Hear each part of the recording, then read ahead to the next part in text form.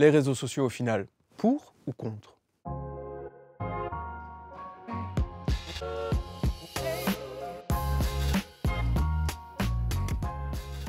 Le danger, évidemment, c'est la désinformation. On peut trouver tout et n'importe quoi et si on ne suit pas les bons comptes, forcément, on peut se retrouver dans une bulle où on va voir que des choses qui nous intéressent sans voir des choses contradictoires. On peut avoir des informations. Et on leur donne l'accessibilité à toutes nos données et ça peut être vachement dangereux. On pourrait se faire pirater, etc. et nos infos pourraient être divulguées. C'est surtout le respect de la vie privée qui est pas forcément respecté. Usurpation d'identité, comptes fake qui vont commencer à essayer d'arnaquer des personnes de type senior, que ce soit pour l'extorsion d'argent, aussi du chantage amoureux. Toutes les arnaques, quelque part, qui arrivent dessus. Moi, personnellement, j'ai découvert plein de choses grâce à Instagram ou LinkedIn que j'aurais peut-être pas découvert dans les médias habituels.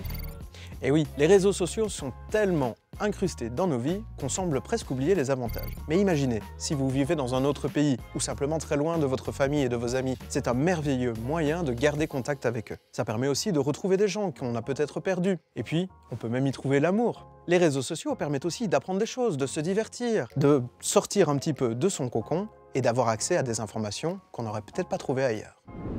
Mais comme pour beaucoup de choses, c'est la dose qui fait le poison. Trop de réseaux sociaux, ça peut être dangereux. Pourquoi? Parce que l'algorithme de recommandation pourrait en effet t'enfermer dans une bulle, c'est-à-dire ne te donner que des vidéos avec lesquelles tu es en complet accord ou en total désaccord. Dans le premier cas, tu vas te conforter dans tes opinions et ne plus être confronté justement à d'autres opinions. Tu sais, c'est le fameux débat qu'on adore en démocratie et qui n'existe pas quand tu es entouré toujours des mêmes opinions.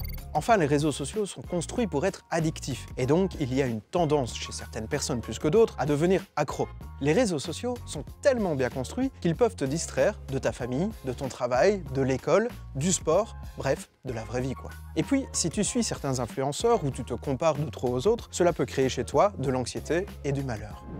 Allez, je te donne quelques indicateurs pour savoir si tu es accro. Tu aimes passer beaucoup de temps sur les réseaux sociaux et tu es parfois surpris du temps que tu as passé dessus. Ou alors tu te sens malheureux ou pas bien lorsque tu n'as pas accès aux réseaux sociaux. Un autre indicateur, tu négliges les interactions sociales, le travail, la famille, les amis, etc. Si c'est le cas, sonnette d'alarme. Il est temps de réguler ta consommation.